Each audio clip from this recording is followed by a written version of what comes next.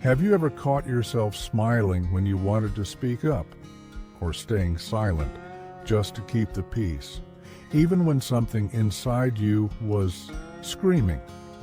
What if what you thought was kindness was actually a quiet kind of self-erasure? We often don't remember when it started. Maybe it was a subtle lesson from childhood.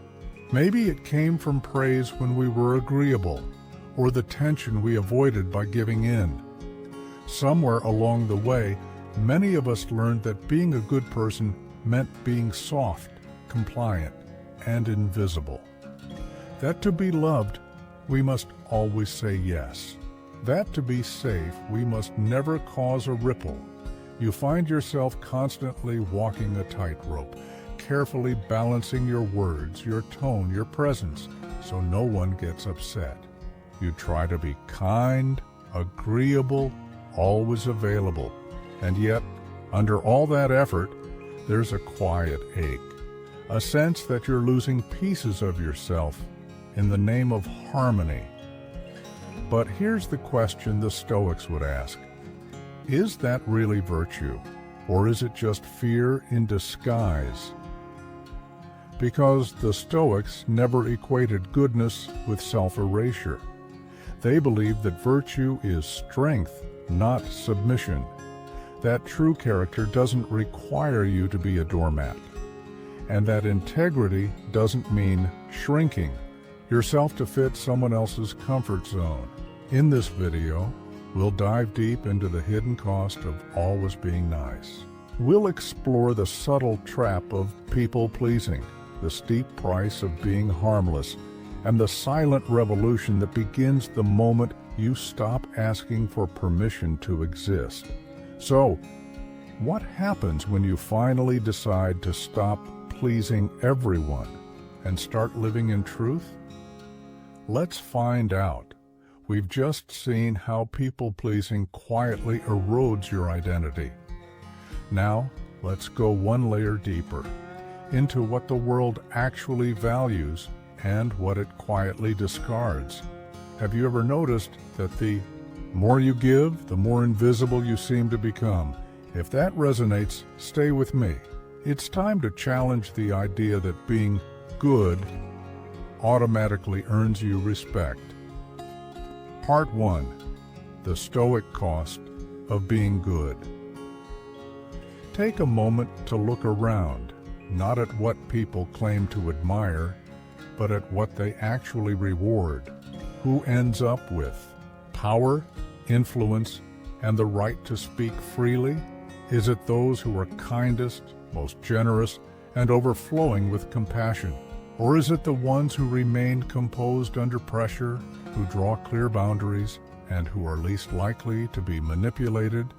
It's a hard truth, but one the Stoics never shied away from. Goodness alone does not command respect. When kindness lacks strength and discernment, it becomes easy to dismiss, and easier still to exploit. You can devote years to being helpful, loyal, and always available. But when your usefulness to others runs dry, they won't hesitate to move on. No thanks, no explanation. Just silence and replacement. You disappear not with noise, but with a shrug. The Stoics saw this reality centuries ago. Marcus Aurelius, both emperor and philosopher, understood the need for compassion, but never at the expense of firmness. He didn't confuse virtue with passivity. He knew that virtue without clarity invites exploitation. Seneca, too, gave us this warning: lose yourself in service to others, and it ceases to be humility. It becomes self-betrayal every time you bend over backward to please, agree, or avoid confrontation. You're not just being nice. You're unintentionally telling the world, you can overlook me. I'm not a threat. I have no weight. And where there is no weight, there is no respect. You're no longer seen as a person with a presence, but as a tool, a helper, a background character. not someone to honor, but someone to use. So why is it that those who draw lines are treated with more seriousness than those who never say no? Why do clear speakers gain more room than those who constantly seek approval? It's because those people refuse to trade dignity for acceptance. They don't ask to be seen. They command it, not through noise, but through consistency and inner clarity. This is the Stoic way, not a path of fear, not of domination, but of quiet, unshakable presence. True respect doesn't come from aggression, nor from submission. It comes from the calm, unwavering message, I know who I am, and I cannot be moved. Machiavelli once argued that if a leader had to choose between being loved or feared, he should choose fear. But the Stoics offer a better option. Choose respect, earned through internal steadiness. Be the kind of person whose calm carries consequences, not because you threaten, but because you mean what you say, because your time, energy, and truth are not offered cheaply. That kind of presence doesn't need to shout. It simply refuses to disappear. So ask yourself honestly, what part of you still craves approval? What fear still makes you bite your tongue, shrink your truth, or give away your peace? Because what we often call kindness might just be a clever disguise for fear of discomfort. Now that we've exposed this illusion, let's explore what happens when you begin to choose truth over approval, and how the world around you begins to shift in response. We ended the last section with a hard truth. What we often call kindness may actually be fear wearing a polite smile. Now let's explore where that fear comes from, and how the need to be liked slowly replaces the need to be whole. The Stoics would tell you this plainly: peace that demands the erasure of your voice isn't peace at all. Part 2. The Stoic origin of pleasing others. No child is born desperate for approval. That constant urge to be agreeable, to keep the peace, to appear good, it's not who you are. It's who you were trained to become. From your earliest days, the world began shaping you, not through wisdom, but through correction. Don't do that. It's not nice. Be polite. Don't speak like that. You'll upset someone. Over time, you absorbed a silent but powerful message. To be loved, you must not disturb others. And so, you began to dim your light. You softened your edges. You buried your voice. You traded truth for harmony. Each time you stayed quiet to avoid discomfort, a small part of your will, your prohairesis, as the Stoics called it, was handed over. What began as a survival strategy eventually hardened into a personality. Today, it might be praised as empathy or humility. But look deeper. When you say yes, even when your soul is begging you to say no, what kind of virtue is that? When your silence becomes a container for frustration, what are you really practicing? The Stoics had a word for this: weak assent, a slow collapse of your inner clarity. Kindness that demands the sacrifice of your truth is not kindness. Virtue that demands obedience to fear is not virtue. Consider Elias, a man admired for his gentleness. At work, he was the first to volunteer. At home, he never raised his voice. Among friends, he was the calm one, the patient one. But inside, Elias was exhausted. He'd agreed to things that went against his values. He tolerated disrespect just to avoid conflict. And when he was passed over for a promotion, again, He didn't feel anger. He felt nothing. That's when it hit him. He hadn't just silenced his frustration, he had silenced himself. This is what happens when you begin to believe that being agreeable is the same as being worthy. But approval built on silence is a fragile shield. It may keep the peace on the outside, but inside it becomes a cage. Seneca warned us long ago, he who always agrees with the crowd, even when times are good, is already preparing his downfall. The fear of being disliked isn't Stoic humility, it's slavery to perception. It places the judgment of others above your own reason, your logos, and slices away your integrity, one compromise at a time. So ask yourself, why does saying no make you feel guilty? Why does disagreeing feel like betrayal? Why do you see self-respect as selfishness? The Stoics would answer, because you've lost your center. You've confused performance with virtue. And performance is exhausting because it never ends. One day they like you, the next they don't. Meanwhile, the real you fades quietly into the background. This polished, agreeable, ever-smiling version of you, it's not who you are. It's a mask stitched together by fear. Fear of rejection. Fear of not belonging. Fear of not being enough. But fear is a terrible teacher.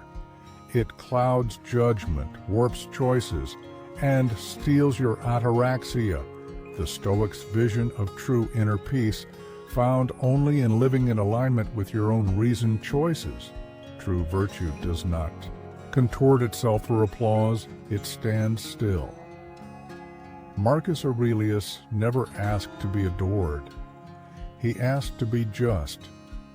Epictetus didn't plead for others to understand him. He focused on understanding himself, and that is your work too, to return to your values, to reclaim your voice, to stand in your presence, not to be liked, but to be whole. People may misunderstand your boundaries. Let them, because the price of being liked by everyone is being yourself to no one. But there is another way forward, and to find it, we must look beyond just Stoic philosophy.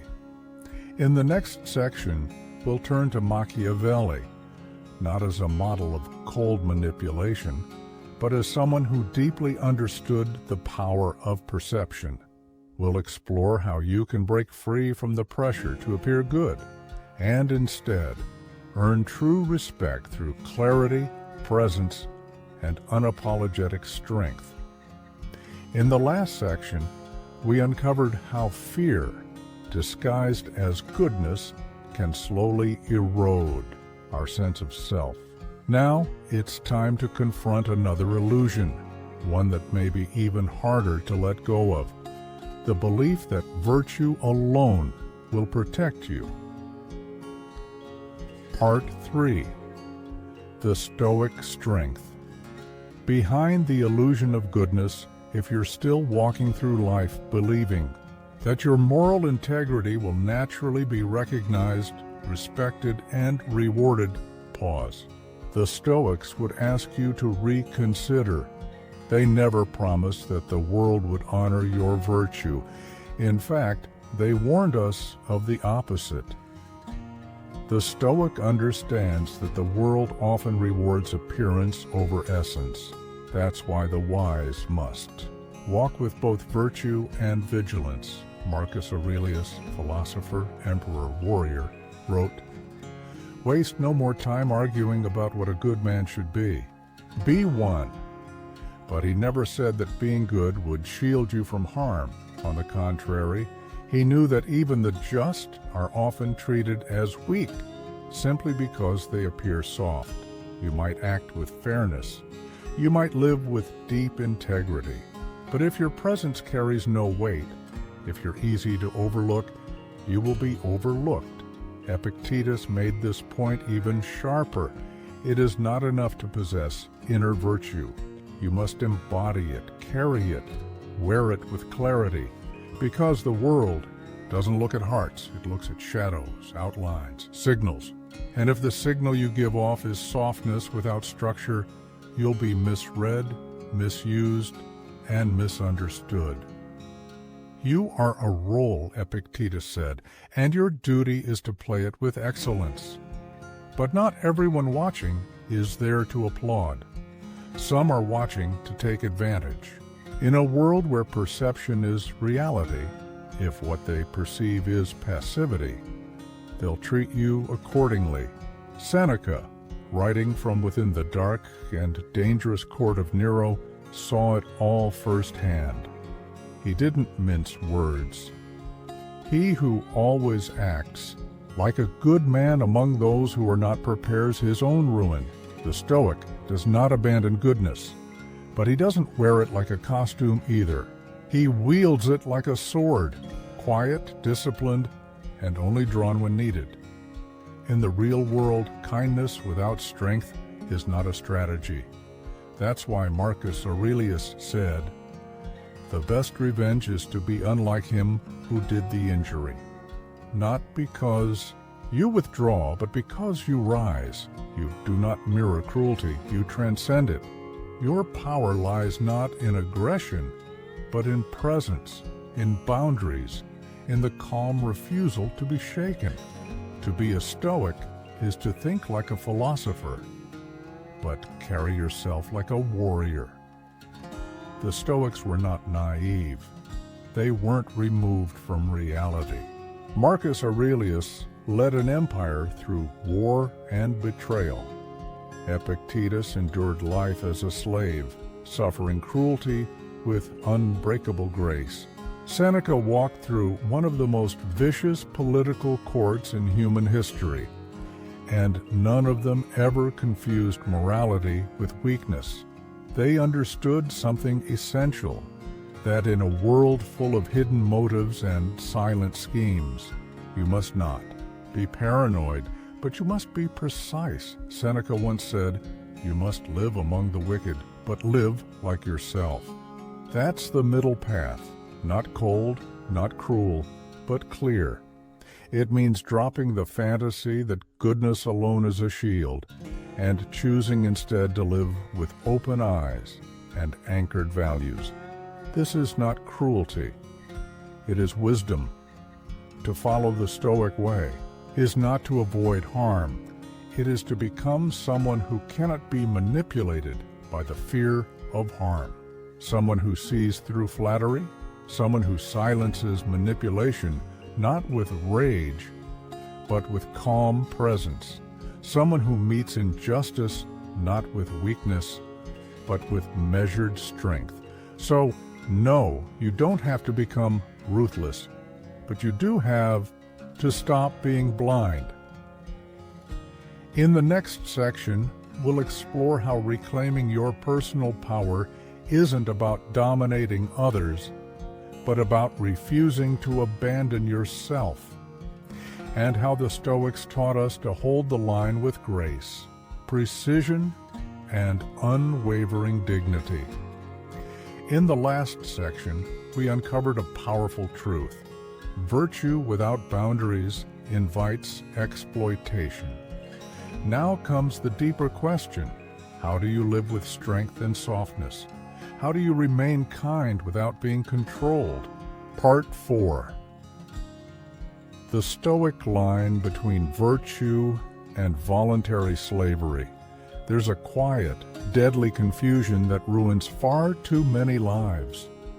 The belief that being good means saying yes to everything, that true virtue is measured by how many wrongs you can endure without protest, by how often you forgive without thinking, by how easily you erase yourself just to keep the peace. But let's make something crystal clear. That's not kindness.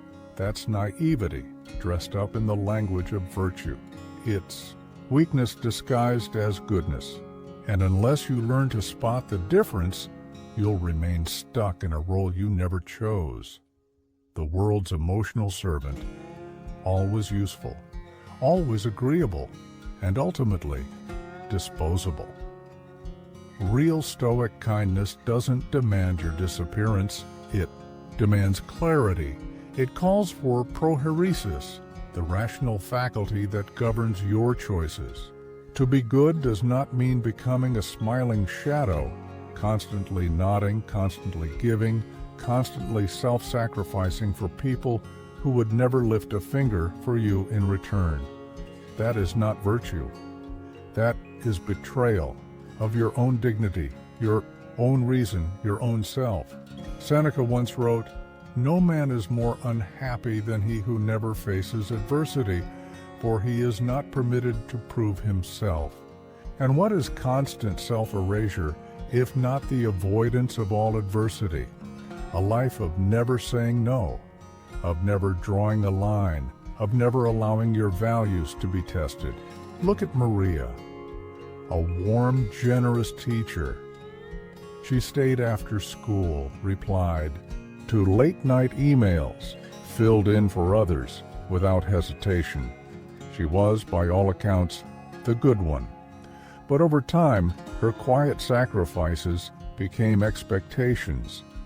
When she finally declined a last-minute request, she wasn't met with gratitude. She was met with disappointment, not because she had changed, but because she had trained everyone to see her kindness as endless obedience. Her integrity was mistaken for submission, her warmth for servitude. This is the tragedy of naive goodness.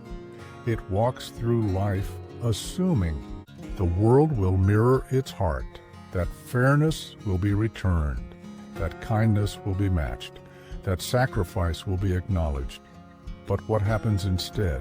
Bitterness, quiet resentment, a growing emptiness that never gets voiced because naive goodness keeps projecting nobility onto people who haven't earned it. It's the silent war between everything you give and everything that never comes back. The Stoics offer a sharper path.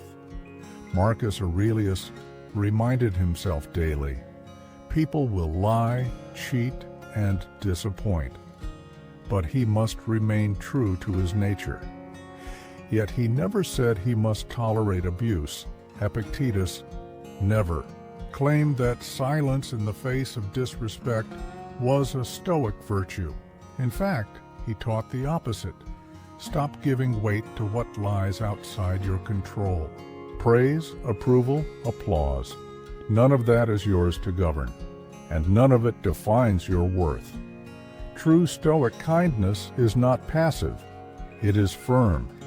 It knows how to say no. It knows how to walk away. It understands that not everyone deserves the best of you, and that giving your best to those who drain you isn't generosity. It's the mismanagement of your soul. You can be principled, you can be just, you can be compassionate, and still be respected, still be feared, still be someone others think twice before crossing, because when strength is paired with kindness, something powerful happens. You become presence. You become influence. The Stoics never praised cruelty, but they despised self-deception. And what could be more deceptive than believing that virtue means accepting mistreatment in silence? So now ask yourself brutally and honestly, is your kindness protecting your dignity or exposing your vulnerability? Is it grounded in self-respect or in the fear that you won't be accepted if you ever draw a line?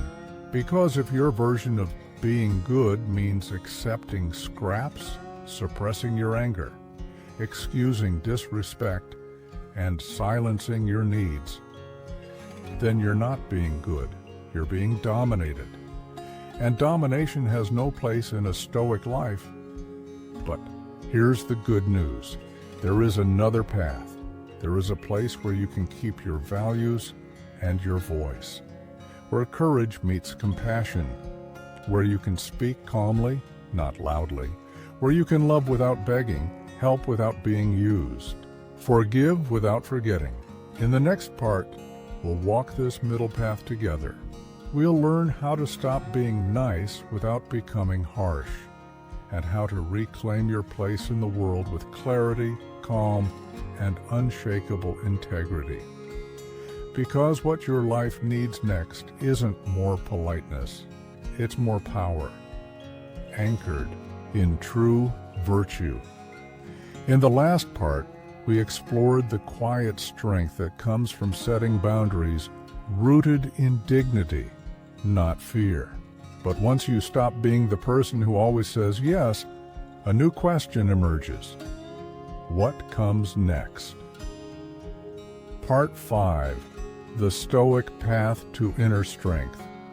For many people, the first awakening is powerful, but also dangerous. After years of saying yes when they meant no, years of sacrificing their peace to keep others comfortable, they finally snap. Never again, they say. But what often follows isn't strength, it's overcorrection. They swing to the opposite extreme, from being too nice to becoming cold, closed, distant. They start believing that in order to stop being taken advantage of, they must become untouchable. But this is what the Stoics would call imbalance, not transformation. It's not strength. It's a new form of captivity, another mask, just with a harder edge. Because when you abandon your nature just to protect yourself, you're not stepping into power. You're hiding behind avoidance. And avoidance is never freedom. It's just fear, dressed in armor. True liberation doesn't come from becoming the opposite of who you once were. It comes from returning to who you truly are, your center. Seneca said it clearly, no man is free who is a slave to his reactions. Freedom is not reacting, it's choosing. It's when you stop performing virtue to please the crowd and instead live in quiet alignment, with no need to explain or apologize. So, how do you stop being too nice without losing your essence? First, reclaim your voice. You may have been taught that setting boundaries, speaking honestly, or disagreeing makes you selfish, but that's not selfishness. Selfishness is demanding that others stay small just so you feel comfortable. A Stoic understands that speaking with truth and firmness without cruelty isn't arrogance. It's dignity. When you say, I do not accept this, you are not really being difficult. You are honoring your prohairesis, your reasoned choice, the very heart of Stoic strength. Second, master the art of saying no. No is not a wall. It is a boundary with shape and purpose. It doesn't need to be loud, defensive, or angry. A simple, quiet no, spoken with clarity, holds more power than 1,000 justifications. Marcus Aurelius once wrote, if it's not right, don't do it. If it's not true, don't say it. That wisdom applies not only to actions, but to the way you protect your energy, your space, and your peace. Because if you never learn to say no, you will always be ruled by those who never ask for permission. Third, pay attention to who resists your growth. When you begin to change, when you stop shrinking, some people will push back. They'll call you selfish, difficult, or unrecognizable. But, as Epictetus taught, what matters is not what they say. It's how you respond. Their discomfort isn't proof that you're doing something wrong. It's proof that you're breaking an unspoken contract, the one where you always made yourself smaller so they could stay comfortable. Take Lena, for example. She was always the dependable one, always helpful, always listening, always saying yes. But when she finally started carving out space for herself, declining invitations, saying no, honoring her need to rest, one of her closest friends said, "You've changed." And she had, not because she became harsh, but because for the first time, she respected herself more than the image others preferred. Fourth, stop needing universal approval. Not everyone will understand your evolution, and that's okay. Marcus Aurelius said, "Waste no more time arguing what a good person should be. Be one." Your task isn't to maintain appearances. It's to protect alignment. You owe no loyalty to the version of yourself that existed only to make others comfortable. Your true loyalty is to the self that stands tall, even when misunderstood. Fifth, replace your need for approval with a commitment to authenticity. When you stop acting to be liked and start acting from truth, you might unsettle a few people, but you will inspire others. More importantly, you will begin to truly respect yourself. And self-respect is the only kind of respect that no one else can give or take away. This journey doesn't demand that you become harsh. It asks that you become whole. Seneca never told us to be feared. He told us to be firm. Marcus Aurelius didn't ask us to please the world. He asked us to live with reason and purpose. And now, you stand at a turning point. The choice is yours. Continue diluting yourself in the name of being nice, or step fully into the kind of presence that doesn't demand attention, doesn't beg for validation, but simply commands respect. In the next section, we'll walk that final mile together. You'll learn how to embody that inner presence, the kind that speaks without shouting and moves through the world with clarity, steadiness, and power anchored in truth. In the last section, we reached a critical crossroads, the moment you stop begging for approval and start reclaiming your voice. But now comes the real decision. Will you continue performing a role the world assigned to you, or will you finally choose to live by your own truth? Part 6. The Stoic Decision to Reclaim Yourself. Let's stop pretending. How much longer will you wear the mask of the good one? The soft-spoken, endlessly patient, always available version of yourself? How much longer will you trade your time, your voice, and your dignity just to maintain an image that was never truly yours, but one the world finds convenient? This isn't virtue. It's not nobility.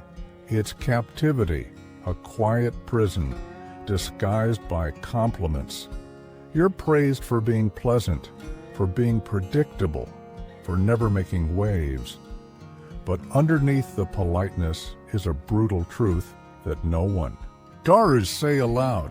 No one is coming to set you free. No one will suddenly reward your silence. No one will return the years you spent pleasing others at your own expense. Because as long as you continue making yourself useful while neglecting yourself, someone, somewhere, will always be ready to take advantage. That's not cynicism. That's reality. And as the Stoics remind us, nature does not bend to your good intentions. It responds only to your actions.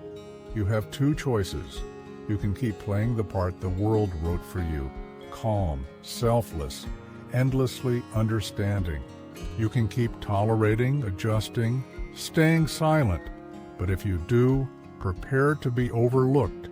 Prepare to feel resentment slowly leaking into your days. Prepare to disappear inside the very kindness you thought would protect you. Or you can wake up. You can decide right now that your kindness will no longer be reflexive. It will be intentional, offered, not extracted. It will come from strength, not fear. You can choose to stop seeking approval like a beggar at the door of validation, because true freedom, the kind the Stoics wrote about, is not found in being liked. It's found in self-respect, and the moment you stop asking for permission to exist, that is the moment you become untouchable. So ask yourself now, are you ready to stop performing? Are you ready to trade the mask for your true face? To trade polite captivity for dignified presence? If this message stirred something inside you, don't ignore it. You've just taken the first step toward a different kind of life. One guided not by others' expectations, but by your own unshakable clarity. You don't need more approval. You need more alignment, and the journey toward that begins right now.